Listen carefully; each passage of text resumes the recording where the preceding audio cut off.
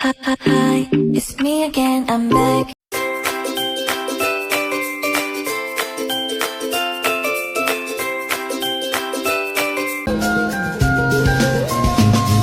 Menjelaskan dasar-dasar analisis biaya volume laba, margin kontribusi, hubungan CVP dalam bentuk persamaan dan grafik rasio margin kontribusi. Analisis biaya volume laba adalah metode akuntansi biaya yang melihat dampak berbagai tingkat biaya dan volume terhadap laba operasi. Analisis biaya volume laba dikenal sebagai analisis titik impas, terlihat untuk menentukan titik impas untuk volume penjualan dan struktur biaya yang berbeda, yang dapat berguna bagi manajer yang membuat keputusan bisnis jangka pendek. Analisis CVP membuat beberapa asumsi, termasuk bahwa harga jual biaya tetap dan biaya variabel per unit adalah konstan. Rumus CVP dapat menghitung titik impas. Titik impas adalah jumlah unit yang perlu dijual atau jumlah pendapatan penjualan yang harus dihasilkan untuk menutupi biaya yang diperlukan untuk membuat produk. Kontribusi margin. Kontribusi margin merupakan jumlah yang tersisa dari pendapatan variabel penjualan dikurangi beban. Jadi, kontribusi margin adalah jumlah yang tersedia untuk menutup beban tetap dan kemudian untuk menyediakan laba pada periode tersebut. Kontribusi margin digunakan lebih dulu untuk menutup beban tetap dan sisanya akan menjadi laba. Hubungan biaya volume laba dalam bentuk persamaan dan grafik. A. Hubungan biaya volume laba dalam bentuk persamaan. Laporan laba rugi kontribusi dapat disajikan dalam bentuk persamaan sebagai berikut. Laba sama dengan dalam kurung penjualan dikurang beban variabel dikurang beban tetap. Ketika perusahaan hanya memiliki satu jenis produk, maka kita dapat mengubah persamaan tersebut menjadi seperti berikut. Penjualan sama dengan harga jual per unit dikali unit penjualan atau Q dikali Q. Beban variabel sama dengan beban variabel per unit dikali unit terjual atau P dikali Q. Laba sama dengan dalam kurung P dikali Q dikurang P kali Q dikurang biaya tetap. B. Hubungan biaya volume laba dalam bentuk grafik. 1. Membuat sumbu vertikal untuk jumlah rupiah penjualan, sedangkan sumbu horizontal menunjukkan volume penjualan. 2. Garis jumlah pendapatan dipatok mulai dari 0 pada sisi kiri grafik. 3. Menarik garis biaya tetap secara horizontal mulai dari sumbu vertikal karena komponen biaya tetap besarnya. 4. Garis jumlah biaya ditarik mulai dari titik biaya tetap jadi pada sumbu vertikal. 5. Perpotongan antara garis pendapatan dan garis jumlah biaya itulah yang merupakan titik impas. Rasio margin kontribusi. Rasio profit margin menurut Arianto tahun 1999 adalah perbandingan antar net operating income dengan net sales. Dengan kata lain, rasio profit margin adalah selisih antara net sales dengan operating expenses, atau harga pokok penjualan ditambah biaya administrasi ditambah biaya umum, selisih mana dinyatakan dalam presentasi dari net sales. Selanjutnya, rasio profit margin menurut Haryadi tahun 2002 merupakan ukuran kemampuan manajemen untuk mengendalikan biaya operasional dalam hubungannya dengan penjualan. Yang selanjutnya, Shimamura tahun 1999 mengemukakan bahwa margin kontribusi adalah perbedaan antara harga jual beli per unit dan biaya variabel per unit. Margin kontribusi ada pula dinyatakan sebagai satu presentasi dari pendapatan penjualan. Rasio margin kontribusi adalah presentasi margin kontribusi dibandingkan jumlah penjualan. B. Analisis target laba, analisis titik impas dan batas keamanan. A. Analisis target laba. Analisis target laba adalah salah satu pengguna pokok dalam analisis biaya volume laba. Dalam analisis target laba, kita mengestimasikan volume penjualan yang diperlukan untuk mencapai laba tertentu. Analisis target laba menggunakan dua metode, yaitu 1. Metode persamaan. Kita dapat menggunakan metode persamaan laba dasar guna mengetahui volume penjualan yang dibutuhkan untuk memperoleh target laba. Rumusnya yaitu laba sama dengan margin kontribusi per unit dikali Q dikurang beban tetap. Yang kedua, metode rumusan merupakan versi pintas dari metode persamaan. Rumusannya yaitu unit penjualan untuk mencapai target laba sama dengan target laba ditambah beban tetap atau margin kontribusi per unit. B. Analisis titik impas.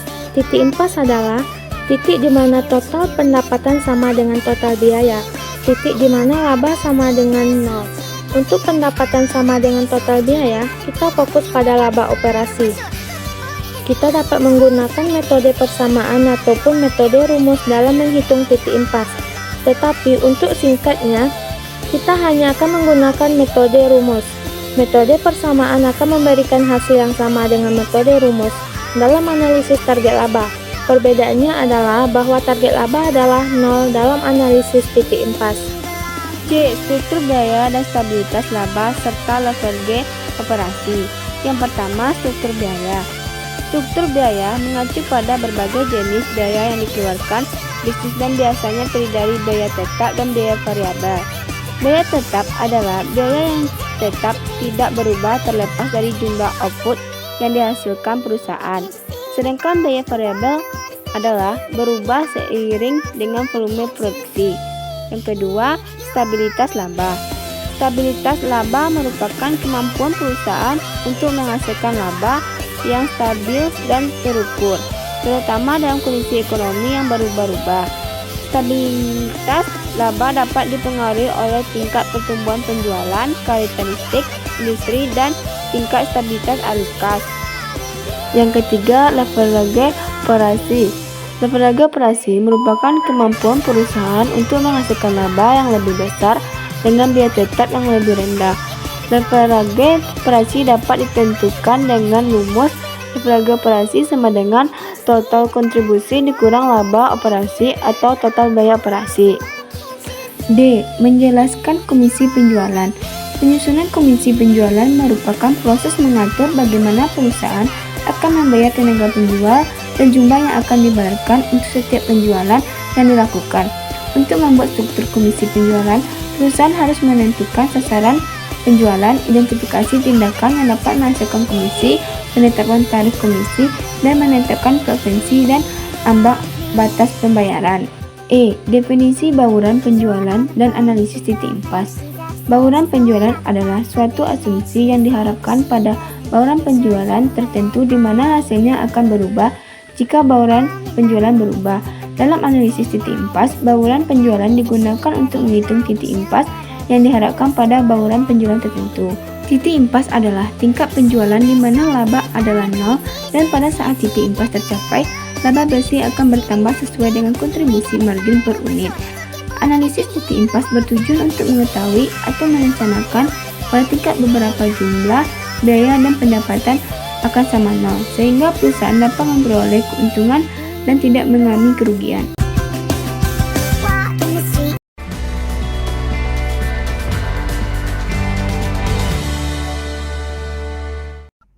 Halo teman-teman, dalam video sebelumnya kita telah pelajari mengenai manfaat analisa titik impas dan juga cara membuat analisa titik impas tersebut. Pada sesi ini, saya akan sajikan contoh kasus analisa titik impas untuk membantu Anda memahami tentang analisis ini. Sekarang mari kita coba satu contoh kasus. Asumsikan bahwa saat ini Anda adalah seorang direktur utama sebuah perusahaan yang memproduksi sasis truk untuk pertambangan. Dalam suatu meeting, Direktur pemasaran menginformasikan kepada Anda bahwa saat ini klien hanya akan membeli produk dengan harga tidak lebih dari $35.000 per unit. Sedangkan Direktur produksi menginformasikan bahwa biaya variabel terkini untuk memproduksi sebuah produk sasis adalah $18.000 per unit. Direktur keuangan menginformasikan bahwa fixed cost perusahaan Anda pada saat ini adalah $1,2 juta per tahun. Pertanyaannya adalah, berapakah jumlah minimal produk yang harus diproduksi dan terjual agar perusahaan tidak merugi? Oke, langkah pertama yang perlu kita lakukan adalah kita buat dulu tabel perhitungannya di Excel, seperti yang tampak pada layar ini. Dalam tabel tersebut, kita input data fixed cost, kita input data variable cost, dan kita input data unit price. Kemudian kita hitung total cost dan total revenue-nya. Pada kolom terakhir kita hitung laba atau rugi untuk berbagai tingkat kuantitas penjualan produk. Dalam contoh ini kita mulai dengan 0, 10, 20, dan seterusnya hingga 130 unit. Dalam tabel ini silakan lihat baris berwarna hijau. Di situ saya tuliskan rumus-rumus perhitungan untuk setiap kolomnya. Nah, setelah semua perhitungan dalam tabel ini selesai, kita bisa lihat bahwa pada saat produk terjual 70 unit, perusahaan masih rugi $10.000. Sedangkan pada saat produk terjual 80 unit, perusahaan akan mencapai laba sekitar $160.000. Dari sini kita bisa lihat bahwa titik impas berada di antara 70 dan 80 unit. Dengan menggunakan goal sheet sederhana di Excel, Anda akan dapatkan bahwa laba akan 0 atau titik impas akan tercapai pada saat produk terjual sebesar 70,59 unit. Jadi, agar tidak merugi, maka perusahaan harus menjual 71 unit produk. Oke, sekarang mari kita lihat perhitungan tersebut dalam ilustrasi grafik berikut ini. Dalam grafik ini dapat kita lihat bahwa jika jumlah penjualan kurang dari 71 unit, maka perusahaan akan mengalami rugi. Dalam grafik ini ditunjukkan bahwa garis revenue berada di bawah garis total biaya, yang artinya pendapatan lebih kecil daripada biaya, alias rugi. Dalam grafik ini digambarkan dengan zona loss yang berwarna merah. Dan sebaliknya, jika revenue lebih dari titik impas, dalam hal ini lebih dari $2,47 juta, maka perusahaan akan mengalami untung. Oke teman-teman, jadi sekarang kita sudah bisa membuat kesimpulan bahwa agar perusahaan tidak merugi, maka 71 unit produk harus terproduksi dan terjual, dan pendapatan hasil penjualannya tidak kurang dari $2,471 juta, dan variable cost tidak boleh lebih dari $18.000 per unit, dan fixed cost tetap dijaga tidak boleh lebih dari $1,2 juta per tahun.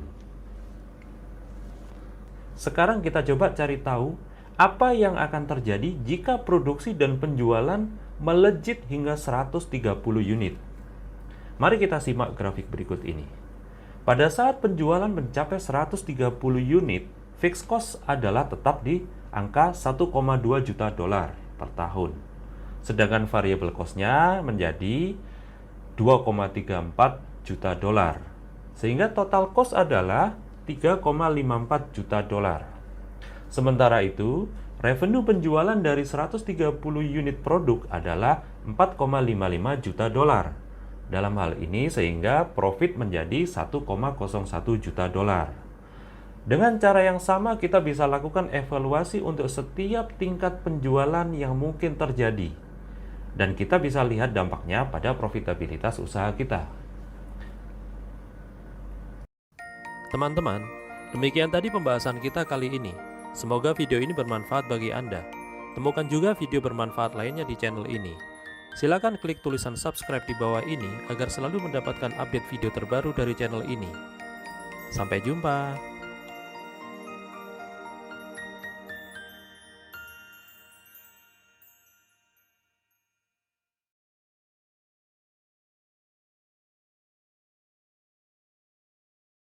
Contoh spesifikasi produknya margin tinggi ini belum nemu-nemu. Lah gampang toh, tak kasih contoh. Beras marginnya tipis toh. Jualan beras 1 kilo 12.000.